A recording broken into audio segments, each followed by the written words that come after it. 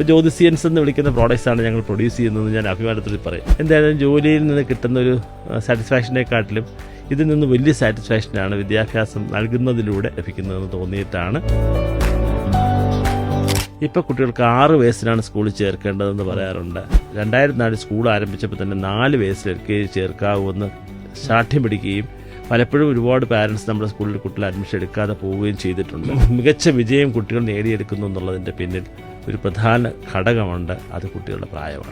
2018 flood ഉണ്ടായപ്പോൾ അതിന് മുൻപ് വരെ പറഞ്ഞിരുന്നു ഇവരൊക്കെ ഏത് സമയം മൊബൈലിൽ ഇങ്ങനെ തലയും കൊണ്ടിട്ടിരിക്കുക. പക്ഷേ 2018 നമ്മുടെ കളക്ടർമാരുൾപ്പെടെ നമ്മുടെ രാഷ്ട്രീയ നേതാക്കന്മാർ, മന്ത്രിമാരുൾപ്പെടെ എല്ലാവരും ആശ്രയിച്ചത് കുട്ടികളല്ലേ.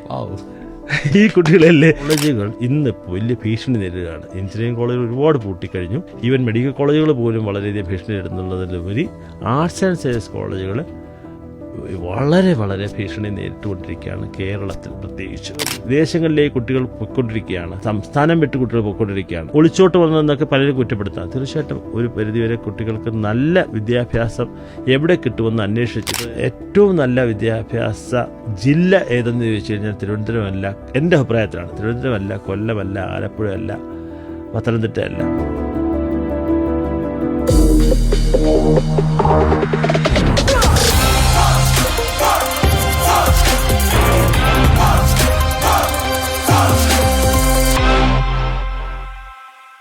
ഇൻസ്പിറേഷൻ എന്ന് പറഞ്ഞാൽ ഇതാണ്. ഓല മേഞ്ഞൊരു വീട്ടിൽ ഒരു കുട്ടിയെ പഠിപ്പിച്ച സാറിന് 12 സ്കൂളുകളാണ് നടത്തുന്നത്, അല്ലേ സാർ? തീർച്ചയായിട്ടും. Welcome to my show. Thank you sir. പറ, അതിന്റെ കഥ പറ, ഞങ്ങൾക്ക് അതിനെക്കുറിച്ച് അറിയാൻ. ആ ഇൻസ്പിറേഷൻ കഥ ഞങ്ങൾക്ക് പറഞ്ഞ. എൻ്റെ പേര് ജ്യോതിസ് ചന്ദ്രൻ. ഞാൻ ജ്യോതിസ് ഗ്രൂപ്പ് ഓഫ് സ്കൂൾസിൻ്റെ ചെയർമാനാണ്. തീർച്ചയായിട്ടും കഴക്കൂട്ടത്ത് ഇങ്ങനെ ഒരു ചെറിയ രീതിയിൽ തുടങ്ങിയ parallel college academy of English എന്ന നാമത്തിൽ ആരംഭിച്ചു. അത് കഴിഞ്ഞിട്ടാണ് എൻ്റെ സ്വന്തം പേരായിട്ടുള്ള ജ്യോതിസ് തന്നെ സ്കൂളിന് വേണ്ടിയിട്ട് ഉപയോഗപ്പെടുത്തി ജ്യോതിസ് സെൻട്രൽ സ്കൂൾ എന്ന പേരിട്ട് 2004 ആരംഭിക്കുകയും 2018 എത്തിയപ്പോഴേക്കും വീണ്ടും 2 പുതിയ സ്കൂളുകൾ കൂടി, ഒരു പഴയ സ്കൂൾ വാങ്ങി പേര് മാറ്റുകയും പുതിയ സ്കൂൾ ആറ്റിങ്ങിൽ ആരംഭിക്കുകയും 3 സ്കൂളുകളും ഇപ്പോൾ CBSE സീനിയർ സെക്കൻഡറി തലത്തിലേക്ക് എത്തിച്ചേരുകയും കൂടാതെ നമ്മുടെ സ്കൂളുകളിലേക്ക് വളരെയധികം ദൂരം യാത്ര ചെയ്ത് വരേണ്ട കുട്ടികളുടെ യാത്രാ ദൂരം കുറവ് ചെയ്യാനായിട്ട് അതിന് അനുബന്ധമായിട്ടുള്ള ചില പ്രൈമറി സ്കൂളുകൾ, കിൻഡർ ഗാർഡൻസ് കൂടി ആരംഭിച്ചു. അങ്ങനെയാണ് ഈ 12 സ്ഥാപനങ്ങളായി മാറിയത്. 2004 ആദ്യത്തെ സ്കൂൾ തുടങ്ങുന്നത്. അതെ. 12ാമത്തെ സ്കൂൾ എപ്പോഴാണ് തുടങ്ങുന്നത്? 21ാമത് വർഷം 2024-25 എന്ന് പറയുന്ന ഒരു നാഴികക്കല്ലായിരുന്നു. കഴക്കൂട്ടത്ത് ആരംഭിച്ച സ്കൂള് സീനിയർ സെക്കൻഡറി അഫിലിയേഷനൊക്കെ നേടി വിജയകരമായി മുന്നോട്ട് പോയി. ഏതാണ്ട് 3000-അടുത്ത സ്ട്രെങ്ത് എത്തിയിരുന്നു. അങ്ങനെ ഇരിക്കുമ്പോഴേക്കുമാണ് ഞങ്ങൾ 2 സ്കൂളുകൾ 2018 വരെ തുടങ്ങി. ഒന്ന് പുതുതായിട്ട് ആരംഭിച്ചു ആറ്റിങ്ങിൽ, മറ്റൊരു സ്കൂൾ വാങ്ങിച്ചു. അത് ഭാരത് പബ്ലിക് സ്കൂൾ എന്നുള്ള പേരിൽ നടത്തിയിരുന്നൊരു സ്കൂളാണ്. അത് 20 വർഷമായിട്ട് നടക്കുന്നൊരു സ്കൂളായിരുന്നു. അന്ന് 16 വർഷമായപ്പോൾ ഞങ്ങൾ വാങ്ങിച്ചു. ആ സ്കൂളിൻ്റെ പേരും ജ്യോതിസ് സെൻട്രൽ സ്കൂൾ എന്നായി. ഈ 2 സ്കൂളുകൾക്കും സീനിയർ സെക്കൻഡറി അഫിലിയേഷൻ നേടിയ ഒരു വർഷമാണ്. എല്ലാവരുടെയും സ്വപ്നമാണ് ഗവൺമെന്റ് ജോലി. ആ ജോലി രാജിവെച്ച് സ്കൂൾ തുടങ്ങാൻ എന്തായിരുന്നു കാരണം? അച്ഛനൊരു ബിസിനസ്സുകാരനായിരുന്നു. ഓക്കെ. അച്ഛനൊരു ഹോൾസെയിൽ ക്ലോത്ത് മർച്ചൻ്റാണ്. അന്ന് ജൗളി വ്യാപാരം എന്ന് പറയും അന്നത്തെ കാലത്ത്. അപ്പോൾ അച്ഛൻ അതിന് ഭയങ്കര സക്സസ്ഫുള്ളായിട്ട് അച്ഛൻ ആ ബിസിനസ് നടത്തിയതൊക്കെ ഞാൻ 8ാമത്തെ മകനായിട്ട് ഞാൻ കാണുമ്പോൾ അച്ഛൻ ബിസിനസ്സിൻ്റെ നല്ല പീക്കിലെത്തിയിട്ടുണ്ടായിരുന്നു.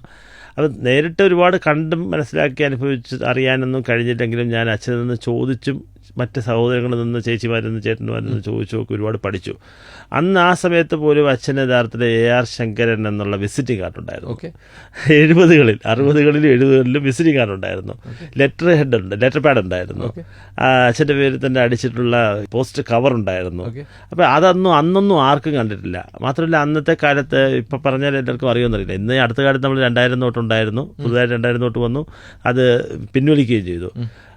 ആ കാലത്ത് 70കളിൽ അച്ഛൻ 2000 നോട്ട് കൊണ്ടുവരുന്നത്, 2000 നോട്ട് ഉൾപ്പെടെ 2000 നോട്ട് എന്ന് പറഞ്ഞാൽ ഇപ്പോൾ ഏതാണ്ട് ഒരു വലിയ ബിഗ് സൈസ് നോട്ട്ബുക്ക് ഉണ്ടല്ലോ, 200 പേജിൻ്റെ ബിഗ് സൈസ്. ആ നോട്ട്ബുക്കിനോട് വലിപ്പം 2000 നോട്ടിന് അന്നുണ്ടായിരുന്നു. പലരും ആ നോട്ട് കണ്ടിട്ടുണ്ടാവണമെന്നില്ല.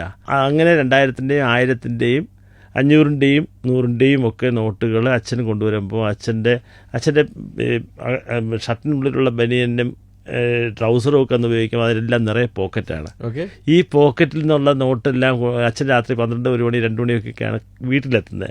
തൊടുപുഴയാണ് അച്ഛൻ ബിസിനസ് നടത്തിയിരുന്നത്. അച്ഛൻ മധുരയിലും പല സംസ്ഥാനങ്ങളിലും ഒക്കെ പോയി നെയ്തുണ്ടാക്കുന്ന മുണ്ടും നേരിയതും അതുപോലുള്ള കൈത്തറി വസ്ത്രങ്ങൾ എടുത്തിട്ട് അത് അവിടെ നിന്നെല്ലാം കയറ്റി വെച്ചതിന് ശേഷം അച്ഛൻ ഇവിടെ നിന്നെങ്കിലുമൊക്കെ യാത്ര ചെയ്ത് വരുന്ന വിവരം നേരത്തെ ഒരു പോസ്റ്റ് കാർഡിൽ അന്ന് 5 പൈസയും 10 പൈസയും ഒക്കെ മാത്രം ഉണ്ടായിരുന്ന കാലത്ത് അതിനകത്ത് എഴുതി അയക്കും ഇന്ന ദിവസം ഞാൻ എത്തുമെന്ന്. അപ്പം ഞാനിങ്ങനെ നോക്കി കാത്തിരിക്കുന്നത് അച്ഛൻ കൊണ്ടുവരുന്ന മധുര പലഹാരങ്ങൾ എന്തെങ്കിലും കഴിക്കാനായിരുന്നു കുട്ടിക്കാലത്ത്. പക്ഷെ പിന്നെ ഞാൻ കുറച്ചുകൂടെ ഒരു 6ാം ക്ലാസ് 7ാം ക്ലാസ്സൊക്കെ ആയപ്പോൾ അച്ഛൻ ഈ മധുര കൊണ്ടുവന്ന് ഞാൻ അത് ചേച്ചിമാർക്ക് ചേട്ടന്മാർക്ക് കൊടുക്കും. ഞാൻ അച്ഛൻ കൊണ്ടുവരുന്ന ഈ പറഞ്ഞ വസ്ത്രങ്ങളിൽ നിന്ന് എല്ലാം എടുത്തിട്ട് അതിനകത്ത് നിന്നുള്ള നോട്ടുകൾ എടുത്തിട്ട് ഡിനോമിനേഷൻ എന്ന് എനിക്കത് ആ വാക്കൊന്നും അറിയില്ല. പക്ഷേ 2000 നോട്ട് എത്ര എണ്ണം ഉണ്ടായിരുന്നു, 1000 നോട്ട് എത്ര ഉണ്ടായിരുന്നു, അച്ഛൻ എഴുതുന്നത് കണ്ടു പഠിച്ചിട്ട് അതേപോലെ എഴുതി കൂട്ടി ടോട്ടൽ അച്ഛൻ ഇത്ര 1 ലക്ഷത്തി അല്ലെങ്കിൽ 2 ലക്ഷത്തി ഇത്ര രൂപയുണ്ട്, അല്ലെങ്കിൽ 5 ലക്ഷത്തി ഇത്ര രൂപയുണ്ട്, അത്രയും നോട്ടുകൾ അന്ന് എണ്ണാനുള്ള ഭാഗ്യം എനിക്ക് ലഭിച്ചിട്ടുണ്ടായിരുന്നു. അതെൻ്റെ മനസ്സിൽ കിടക്കുന്നുണ്ടായിരുന്നു. അതുകൊണ്ടാവാം ഞാൻ ജോലി പോയാൽ കിട്ടുന്നത് 1000ങ്ങളാണ്, അല്ലെങ്കിൽ ഇപ്പോൾ 10,000 അത്രയൊക്കെ അന്ന് ശമ്പളം അന്ന് അത്ര തന്നെ ഇല്ല. അപ്പോൾ അതൊന്നും എനിക്ക് പാരലൽ കോളേജിൽ നിന്ന് കിട്ടുന്നതിൻ്റെ വളരെ തുച്ഛമാണ്. ഞാൻ ആ ശമ്പളം വാങ്ങിച്ചു കഴിഞ്ഞാൽ എനിക്കിവിടെ പാരലൽ കോളേജ് 2 പേർക്ക് ശമ്പളം കൊടുക്കാനേ ഉള്ളൂ. അത് എനിക്ക് 100 അന്ന് തന്നെ 70 അധ്യാപകരുണ്ട്. അപ്പോൾ അതുപോലൊരു സ്ഥാപനം നമുക്ക് വീണ്ടും ഡെവലപ്പ് ചെയ്തെടുത്തു കഴിഞ്ഞാൽ നമുക്ക് യഥാർത്ഥത്തിലൊരു ഈ ബിസിനസ് ചെയ്യുക എന്ന് പറയുന്നതും ഒരു വ്യവസായം തുടങ്ങുക എന്ന് പറയുന്നത് രണ്ടാണ്. ഇപ്പോൾ നമ്മൾ സാബു ജേക്കബിനെ കുറിച്ചൊക്കെ പറയാറുണ്ട്.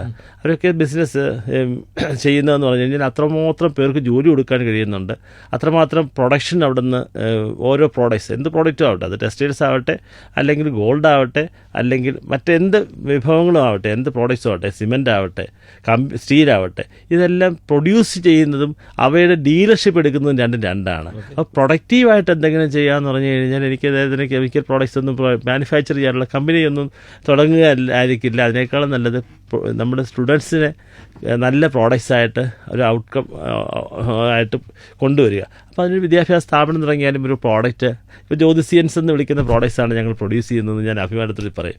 അപ്പോൾ അതിന് വേണ്ടിയിട്ട് സ്ഥാപനം തുടങ്ങുമ്പോൾ എന്തായാലും ജോലിയിൽ നിന്ന് കിട്ടുന്നൊരു സാറ്റിസ്ഫാക്ഷനെക്കാട്ടിലും ഇതിൽ നിന്ന് വലിയ സാറ്റിസ്ഫാക്ഷനാണ് വിദ്യാഭ്യാസം നൽകുന്നതിലൂടെ കുട്ടികളെ നല്ല പൗരന്മാരാക്കി വളർത്തിയെടുക്കുന്നതിലൂടെ ലഭിക്കുന്നതെന്ന് തോന്നിയിട്ടാണ് ജോലി രാജിവെക്കുകയും സ്കൂൾ ആരംഭിക്കുകയും.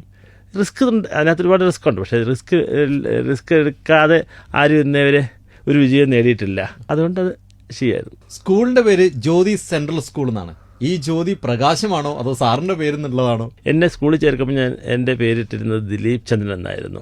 അങ്ങനെ ദിലീപ് ചന്ദ്രനായിട്ടായിരുന്നു ഞാൻ ഫസ്റ്റ് 1ാം ക്ലാസ്സിൽ കഴക്കൂട്ടം ഗവൺമെൻറ് ഹൈസ്കൂളിൽ പഠിച്ച്, ഗവൺമെൻറ് UP സ്കൂളിൽ അന്ന്, ഇന്ന് ഹയർ സെക്കൻഡറി സ്കൂളാണ് പഠിക്കാൻ എന്നെ ചേർത്തത്. ഞാൻ അവിടുത്തെ ഏറ്റവും മിടുക്കനെന്നല്ല പറയേണ്ടത്, ഏറ്റവും എന്താ പറയുക കുസൃതിയോ അല്ലെങ്കിൽ കുരുത്തക്കെട്ടോ വയലുമായിട്ടായിരുന്നു എൻ്റെ ടീച്ചർമാർ എന്നെക്കുറിച്ച്, എൻ്റെ മാമനും മാമിയും ടീച്ചേഴ്സായിരുന്നവരോട് പറയുമായിരുന്നത്. അങ്ങനെ ആ 1ാം ക്ലാസ്സിൽ പഠിക്കുന്ന ഓണം അവധിക്ക് വീട്ടിലെല്ലാവരും ഒതുവിച്ച് കൂടിയപ്പോൾ പറഞ്ഞു, ഇവനെ കൊണ്ട് അവിടെ ടീച്ചേഴ്സ് എല്ലാം തോറ്റു, അവനെ മഹാശല്യക്കാരനാണ്, ബഹളക്കാരനാണ്. കാരണം ഞാൻ അപ്പുറത്തും ഇപ്പുറത്തും ഉള്ള ക്ലാസ്സുകളിലിരിക്കുന്ന ഫസ്റ്റ് സെക്കൻഡ് തേർഡ് കുട്ടികളെ ടീച്ചേഴ്സ് ചോദിച്ചിട്ടില്ല, ഞാൻ ഇവിടെ ഇരുന്ന് ഉത്തരം വിളിച്ചു പറയാം. കാരണം തട്ടിയുള്ള ഇതേ ഉള്ളൂ, മറയാണ് അവിടെ ഉള്ളത്, അല്ല വലിയ ഇതുപോലുള്ള വോളല്ല. അതുകൊണ്ട് തന്നെ അങ്ങനെയുള്ള ഒരു കാരണം ചേച്ചി 4ാം ക്ലാസ്സിൽ പഠിക്കുക, അതുകൊണ്ട് 3ാം ക്ലാസ് വരെ പഠിച്ചിരുന്ന പാഠഭാഗങ്ങൾ മുഴുവൻ എനിക്ക് പൂർണ്ണമായും ഹൃദയസ്ഥമായിരുന്നു. അപ്പോൾ അങ്ങനെ വലിയ മിടുക്കനായിട്ട് കരുതിയിട്ടുണ്ടാവണോ, അതുകൊണ്ട് അങ്ങനെ എന്നെ ആ സ്കൂളിൽ നിന്ന് മാറ്റി 2ാം ക്ലാസ്സിൽ പുതിയ സ്കൂളിൽ കൊണ്ട് ചേർത്തു, ആറ്റിൻകുഴി LP സ്കൂളിൽ. എൻ്റെ നാട്ടിലുള്ളവർക്ക് പോലും ഞാൻ ആ സ്കൂളിൽ പഠിച്ചിട്ടുള്ളതായിട്ട് അറിയില്ല. ആ ആറ്റിൻകുഴി LP സ്കൂളിൽ കൊണ്ട് ചേർക്കുമ്പോൾ എൻ്റെ ജനനത്തീയതി 12/5/1964 ആയിരുന്നതിനെ മാറ്റി 29/5/1963 ആക്കി, 1 വയസ്സ് കൂട്ടി. പേര് മാറ്റി, ദിലീപ് ചന്ദ്രനെ മാറ്റി ജ്യോതിസ് ചന്ദ്രൻ ആക്കി. അങ്ങനെ ആ ഒരു പേര് കിട്ടി. തിരിച്ച് ഞാൻ വീണ്ടും 3ാം ക്ലാസ് 4ാം ക്ലാസ് ആയപ്പോൾ കഴക്കൂട്ടം സ്കൂളിൽ വന്ന് പഠിക്കുമ്പം എൻ്റെ കൂടെ പഠിച്ചവർ 3ാം ക്ലാസ്സിൽ പഠിക്കുക, അവരെല്ലാം എന്നെ ചേട്ടാന്ന് വിളിക്കാൻ തുടങ്ങി, പേരും മാറി. പിന്നെ ഞാൻ അവിടെ നിന്ന് ഒരു രക്ഷയില്ല എന്ന് പറഞ്ഞിട്ട് അവിടെ നേരെ പട്ട സെൻറ്റ് മേരീസ് ടെസ്റ്റ് എഴുതി ഭാഗ്യത്തിന് സെൻറ്റ് മേരീസിൽ പഠിച്ചു. 5ാം ക്ലാസ് മുതൽ 10ാം ക്ലാസ് വരെ 6 വർഷം പട്ട സെൻറ്റ് മേരീസിലാണ് പഠിച്ചത്. ഞാൻ യഥാർത്ഥത്തിൽ ഞാനിത് പലപ്പോഴും പറയാറുണ്ട്, കേട്ടവരുണ്ടാവാം. ഞാൻ 10ാം ക്ലാസ് പരീക്ഷ എഴുതുന്നത് വെറും 14 വയസ്സും 10 മാസം ഉള്ളപ്പോഴാണ്.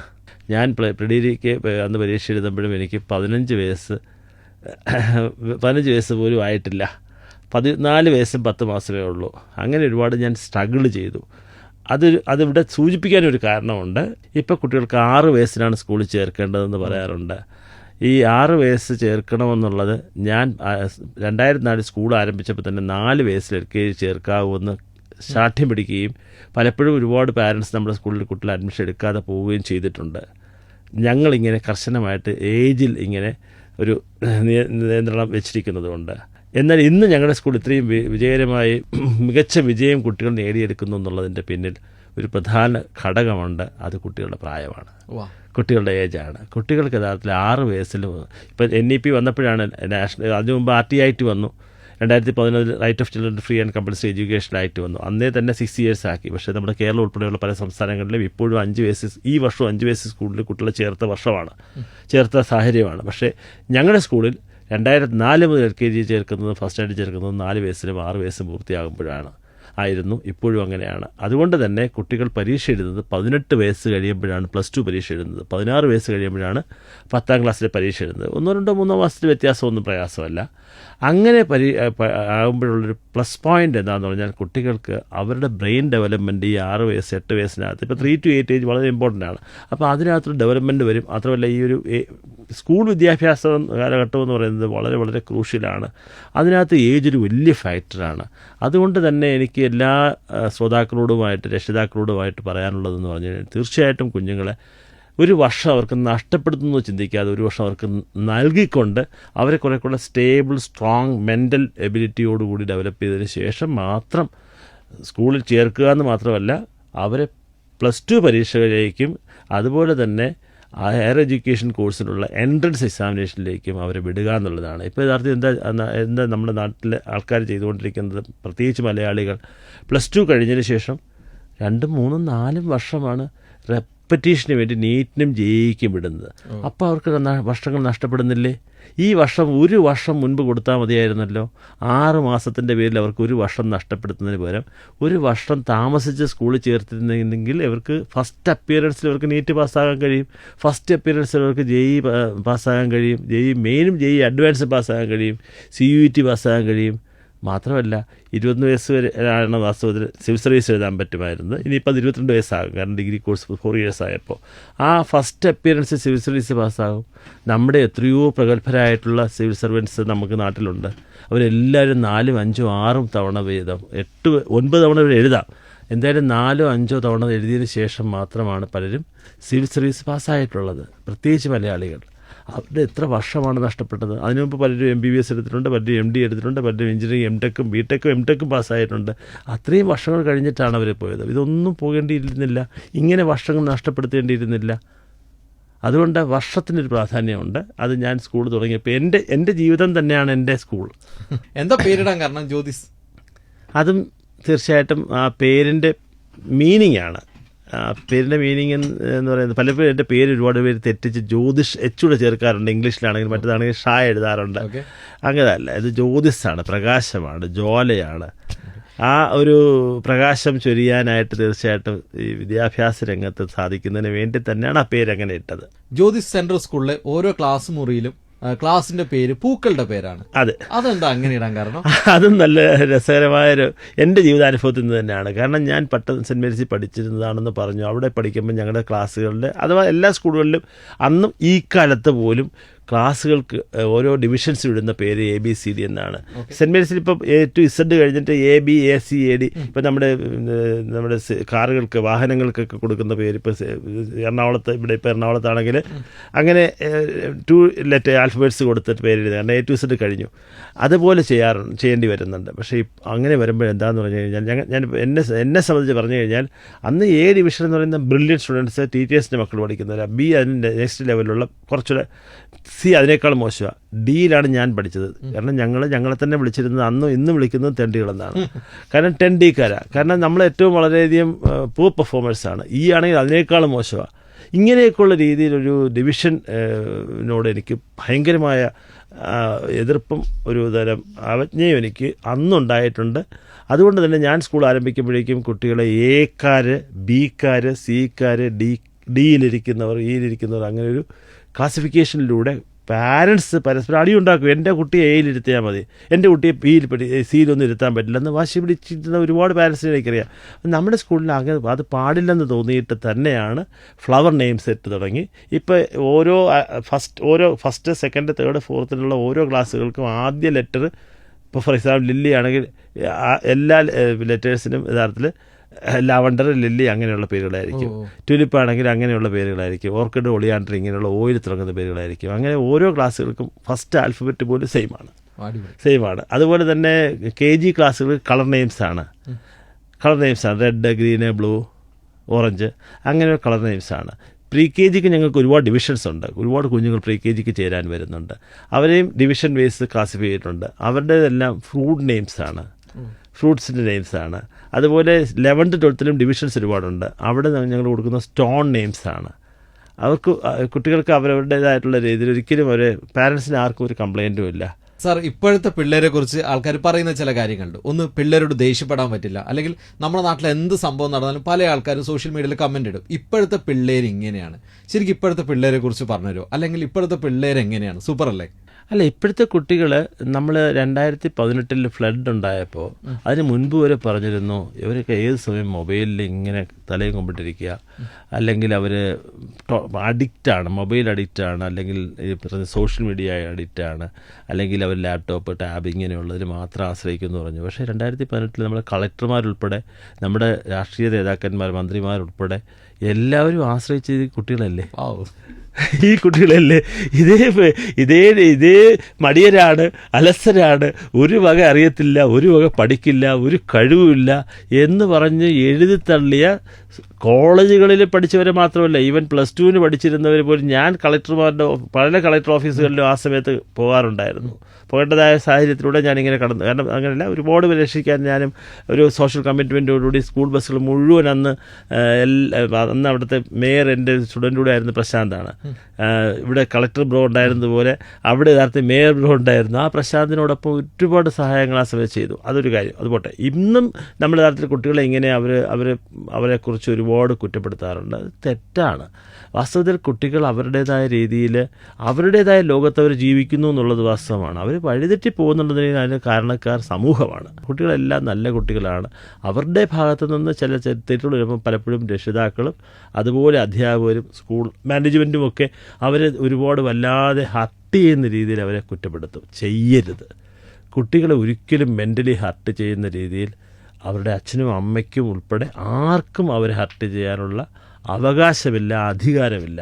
ആ കുട്ടികളും ഒരു വ്യക്തികളാണ്. ആ വ്യക്തിക്ക് ഞാൻ തീർച്ചയായിട്ടും രാഘവിനെ ബഹുമാനിക്കുന്നെങ്കിൽ മാത്രമേ രാഘവൻ എന്നെ അംഗീകരിക്കുകയും ബഹുമാനിക്കുകയുള്ളൂ. ഞാൻ ഇങ്ങനൊരു രീതിയിൽ കാണുന്ന രാഘവൻ എന്നെ ഇൻ്റർവ്യൂ ചെയ്യുമ്പോഴേക്കും എന്നോട് ഈ ഒരു ഇഷ്ടവും സ്നേഹവും ബഹുമാനവും കാണിക്കില്ല, തിരിച്ചും ഉണ്ടാവില്ല. അപ്പോൾ നമ്മൾ അങ്ങോട്ട് കൊടുത്ത ഗീവ് റെസ്പെക്റ്റ്, ടേക്ക് റെസ്പെക്റ്റ് എന്ന് പറയുന്നത് 100% കുട്ടികൾക്കാണ് ആദ്യം കൊടുത്ത് മാതൃക കാണിക്കേണ്ടവർ അധ്യാപകരാണ്, അച്ഛനമ്മമാരാണ്, മാതാപിതാക്കളാണ്. ജ്യോതി സെൻട്രൽ സ്കൂളിന് സ്കൂൾ മാത്രമല്ല, എപ്പോഴെങ്കിലും കോളേജ് തുടങ്ങാൻ തോന്നിയിട്ടുണ്ടായിരുന്നു. തീർച്ചയായിട്ടും ആർട്സ് ആൻഡ് സയൻസ് കോളേജിലോട്ട് വരണമെന്ന് ആഗ്രഹം ഉണ്ടായിരുന്നു.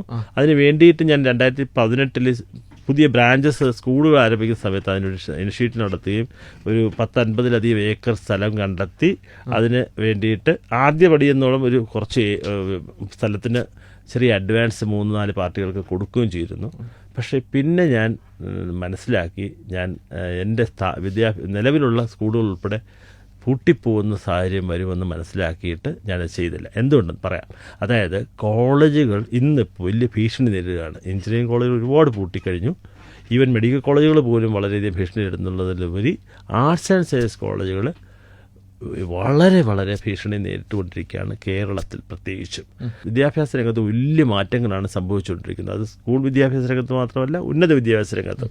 അപ്പോൾ അത് യഥാർത്ഥത്തിൽ നമുക്ക് വിദേശങ്ങളിലേക്ക് കുട്ടികൾ പോയിക്കൊണ്ടിരിക്കുകയാണ്, സംസ്ഥാനം വിട്ട് കുട്ടികൾ പോയിക്കൊണ്ടിരിക്കുകയാണ്. ഇങ്ങനെ കുട്ടികൾ പോകുന്നതിൻ്റെ കാരണം തീർച്ചയായിട്ടും ഒന്ന് ഒളിച്ചോട്ട് വന്നതെന്നൊക്കെ പലരും കുറ്റപ്പെടുത്താം. തീർച്ചയായിട്ടും ഒരു പരിധിവരെ കുട്ടികൾക്ക് നല്ല വിദ്യാഭ്യാസം എവിടെ കിട്ടുമെന്ന് അന്വേഷിച്ച്, ഇപ്പോൾ നമ്മൾ യഥാർത്ഥത്തിൽ നല്ല ഫുഡ് കഴിക്കണമെങ്കിൽ, ഇവിടെ എറണാകുളത്ത് ഞാൻ വന്ന് ഫുഡ് കഴിക്കണമെങ്കിൽ നമ്മൾ തീർച്ചയായിട്ടും റേറ്റിംഗ് നോക്കും അല്ലേ. റേറ്റിംഗ് നോക്കിയിട്ട് ഏറ്റവും നല്ല ഹോട്ടൽ ഏതാണെന്ന് കണ്ടെത്തി അവിടെ പോയി ഭക്ഷണം കഴിക്കാൻ ആഗ്രഹിക്കുന്ന തലമുറയാണ് ഇന്നത്തേത്. അതേപോലെ അവർക്ക് അവരുടെ ഹയർ എഡ്യൂക്കേഷൻ കോഴ്സ് എവിടെ കിട്ടണം, എവിടെ ആയിരിക്കണം എന്നുള്ളത് അവർ കണ്ടെത്തുമ്പോൾ MIT പോലുള്ള അല്ലെങ്കിൽ ഓക്സ്ഫോർഡ് പോലുള്ള അല്ലെങ്കിൽ ഹാർവാർഡ് പോലുള്ള യൂണിവേഴ്സിറ്റീസോ അല്ലെങ്കിൽ ഡൽഹിയിലെ സെൻറ്റ് സ്റ്റീഫൻസ് കോളേജോ അല്ലെങ്കിൽ മെറൻഡ ഹൗസോ അല്ലെങ്കിൽ ലയോള കോളേജോ അല്ലെങ്കിൽ സെൻറ്റ് സേവിയേഴ്സ് കോളേജോ അല്ലെങ്കിൽ സ്റ്റെല്ല മേരീസ് കോളേജോ ഇങ്ങനെയുള്ള വലിയ മികച്ച കോളേജുകൾ തേടി കുട്ടികൾ പോയിക്കൊണ്ടിരിക്കുന്നു എന്നുള്ളതാണ് സത്യം. അങ്ങനെ ഉള്ളതുകൊണ്ട് കേരളത്തിൽ ഒരുപക്ഷെ ഞാൻ കോളേജിലേക്ക് പ്രവേശിച്ചിരുന്നുവെങ്കിലോ ഇനി ഉടനെ പ്രവേശിച്ചാലോ അത് വിജയിക്കില്ല. സാധ്യതയുള്ളതെന്ന് പറയുന്നത് ഫോറിൻ യൂണിവേഴ്സിറ്റീസാണ്. ഇപ്പോൾ പ്രൈവറ്റൈസേഷന് വന്നിരുന്നുണ്ട്. ഫോറിൻ യൂണിവേഴ്സിറ്റീസിന് കേരളത്തിൽ സാധ്യതയുണ്ട്. ആ ഫോറിൻ യൂണിവേഴ്സിറ്റീസ് തീർച്ചയായിട്ടും കേരളത്തിലേക്ക് വരുമെന്ന് തന്നെയാണ് ഞാൻ വിശ്വസിക്കുന്നത്. ഇപ്പോൾ ഓൾറെഡി UP-യിലും മധ്യപ്രദേശിലും പല സംസ്ഥാനങ്ങളിലും ആരംഭിക്കുന്നത് പോലെ കേരളത്തിൽ വന്നു കഴിഞ്ഞാൽ അത് ഞാനായിട്ട് ഒറ്റയ്ക്ക് തുടങ്ങുന്ന കഴിയുന്നൊരു കാര്യമല്ല. പക്ഷേ എനിക്ക് ഒരുപാട് നല്ല കോണ്ടാക്ട്സ് ഉണ്ട്.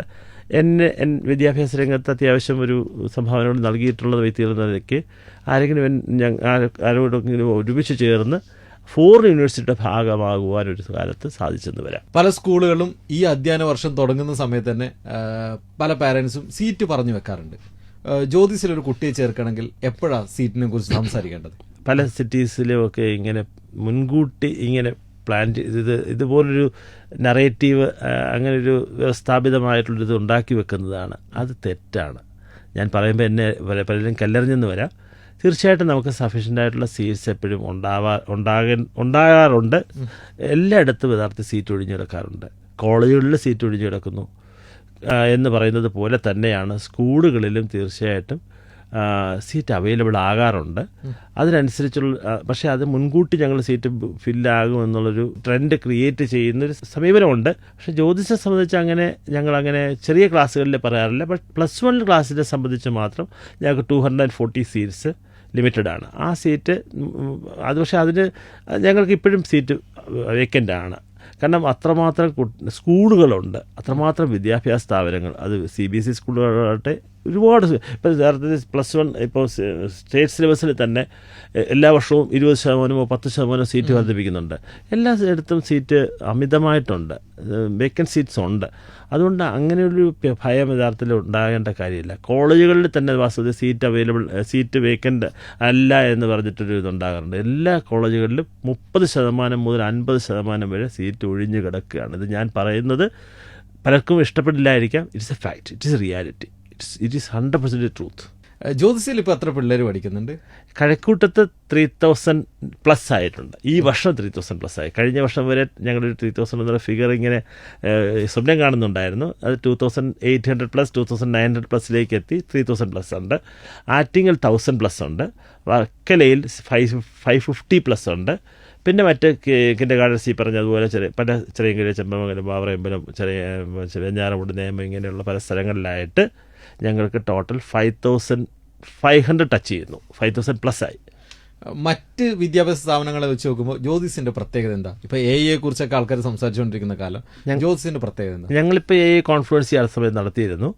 അതിൻ്റെ പ്രത്യേകത എന്ന് പറയുന്ന തരത്തിൽ എപ്പോഴും ഞങ്ങൾ ഫാർ എഹെഡാണ്. ഇപ്പം ഞാൻ പറയട്ടെ, വാസ്തവത്തിൽ AI ഞങ്ങൾ കഴിഞ്ഞ 2020 മുതൽ സ്കിൽ ബേസ്ഡ് സബ്ജക്ട്സ് ഒരുപാട് ഇൻട്രൊഡ്യൂസ് ചെയ്തതാണ്.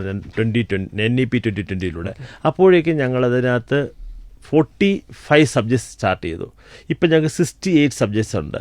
പക്ഷേ ഈ വർഷം തന്നെ സിലബസിൽ ഒരുപാട് മാറ്റം വന്നു. ഇതും പലരും അറിയുന്നുണ്ടോ എന്ന് എനിക്ക് സംശയമുണ്ട്. അതായത് ഇപ്പോൾ AI വളരെ വളരെ ഇമ്പോർട്ടൻ്റ്. പക്ഷേ ഈ വർഷത്തെ 2026 ബോർഡ് എക്സാമിനേഷൻ എഴുതാൻ തയ്യാറെടുക്കുന്ന 12th കുട്ടികളുടെ സിലബസ് മാറി. വലിയ മാറ്റമാണ് സംഭവിച്ചിരിക്കുന്നത്. ഈ വർഷം വരെ 12th AIക്ക് മാർക്ക് 100 കിട്ടുമായിരുന്നു.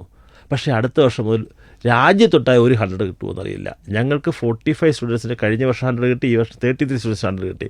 അടുത്ത വർഷം ഞങ്ങളുടെ സ്കൂളിൽ നിന്നല്ല, രാജ്യത്ത് ഏതെങ്കിലും കുട്ടിക്ക് 100 കിട്ടുമോ എന്നുള്ള കാര്യത്തിൽ സംശയം തോന്നുന്ന രീതിയിൽ സിലബസിൽ മാറ്റം വന്നു.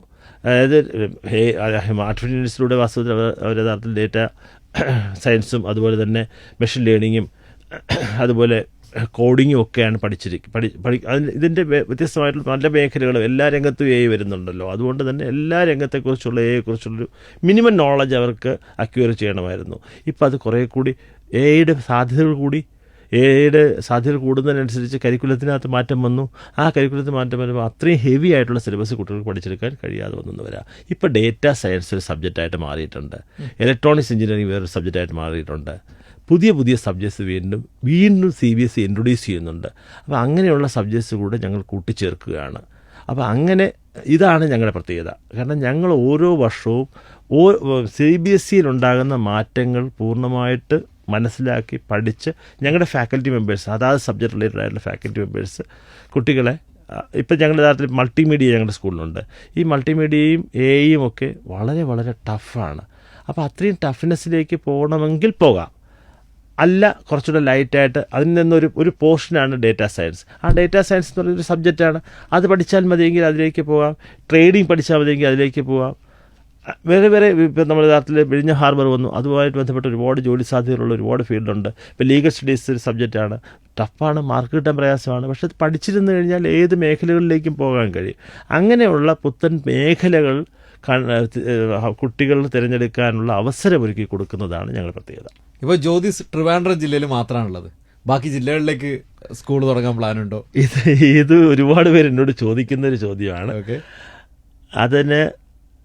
അതിനെക്കാട്ടിലും നല്ലതൊരു പക്ഷേ തുടങ്ങാനല്ല, അതിനേക്കാളും നല്ലതൊരു പക്ഷേ കേരളം വിട്ട് മറ്റ് സംസ്ഥാനങ്ങളിൽ തുടങ്ങുന്നത് എന്നെക്കുറിച്ച് ഒരു പക്ഷേ എന്നോട് ചോദിക്കാറുണ്ട്. അതും ചോദിക്കാറുണ്ട്. അതിനുള്ള സാധ്യത ഉണ്ടെങ്കിൽ ഒരു പക്ഷേ അത് തിരഞ്ഞെടുക്കും. കാരണം മറ്റൊന്നും കൊണ്ടല്ല, നമുക്കിവിടെ അതും ഞാൻ രാഷ്ട്രീയപരമായി സംസാരിക്കുകയല്ല.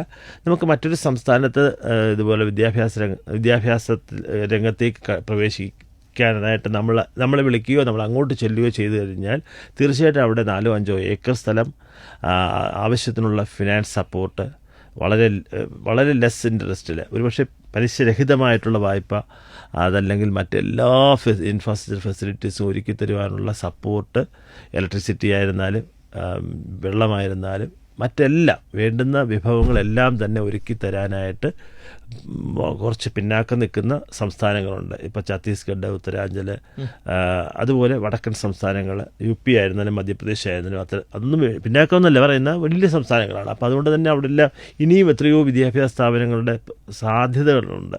അപ്പോൾ അങ്ങനെ വന്നു കഴിഞ്ഞാൽ തീർച്ചയായിട്ടും ജ്യോതിസിൻ്റേതായിട്ടൊരു സ്റ്റാമ്പിങ് അവിടെ എല്ലാം നമുക്ക് പതിപ്പിക്കാൻ കഴിഞ്ഞെന്നിരിക്കും. ഇവിടെ ട്രിവാൻഡ്രം വിട്ടിപ്പോൾ കോഴിക്കോടോ കണ്ണൂരോ കാസർഗോഡോ ഒന്നും പുതിയ സ്ഥാപനങ്ങൾ ആവശ്യമില്ല എന്ന് ഞാൻ വിശ്വസിക്കുന്നുണ്ട്. ബിക്കോസ് ഏറ്റവും നല്ല വിദ്യാഭ്യാസ ജില്ല ഏതെന്ന് ചോദിച്ചു കഴിഞ്ഞാൽ തിരുവനന്തപുരമല്ല, എൻ്റെ അഭിപ്രായത്തിലാണ്. തിരുവനന്തപുരമല്ല, കൊല്ലമല്ല, ആലപ്പുഴയല്ല, പത്തനംതിട്ടയല്ല. നല്ല ജില്ലകൾ ഏതെന്ന് ചോദിച്ചു കഴിഞ്ഞാൽ കോഴിക്കോടും തൃശ്ശൂരും മലപ്പുറവും വയനാട് പോലും നല്ല ജില്ലകളുണ്ട്. വിദ്യാഭ്യാസപരമായി വളരെ മുന്നാക്കം നിൽക്കുന്ന ജില്ലകളാണ്.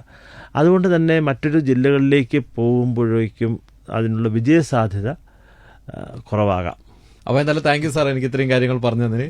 പേര് പോലെ തന്നെ ജ്യോതി തെളിഞ്ഞ് തന്നെ നിൽക്കട്ടെ, അതാണ് എനിക്ക് പറയാനുള്ളത്. Okay Raghav, thank you.